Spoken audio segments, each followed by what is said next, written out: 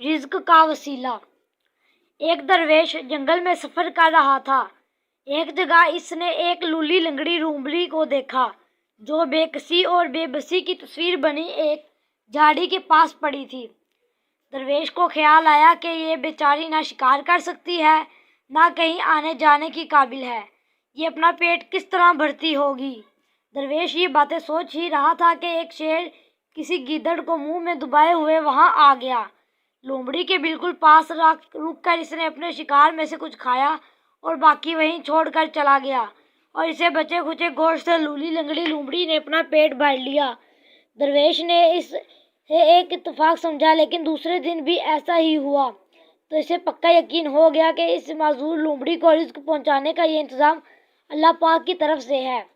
اس نے اپنے دل میں فیصلہ کر لیا کہ میں بھی اب اپنی روزی حاصل کرنے کے لیے کوشش نہ کروں گا۔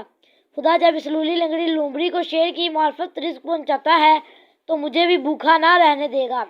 یہ فیصلہ کر کے وہ ایک جگہ اطمینان سے بیٹھ گیا۔ درویش کو پکا یقین تھا کہ مجھے کہیں نہ کہیں سے کھانے پینے کی چیزیں پہنچائی جائیں گی، لیکن کافی وقت گزر گیا اور اس کے پاس کوئی نہ آیا۔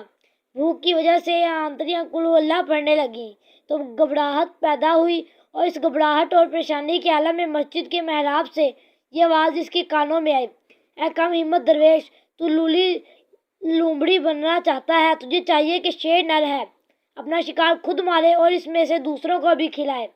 اس حکایت میں سے یہ سبق حاصل ہوتا ہے کہ ہاتھ، پیر، عقل، زبان اور آنکھیں سب اللہ کی بہترین نعمتیں ہیں اور ان سے کام نہ لینا سخت ناشکری ہے۔ حضرت سعدی نے اس حکایت میں حصول رزق کے سلسلے میں توکل کی حقیقت سے آگاہ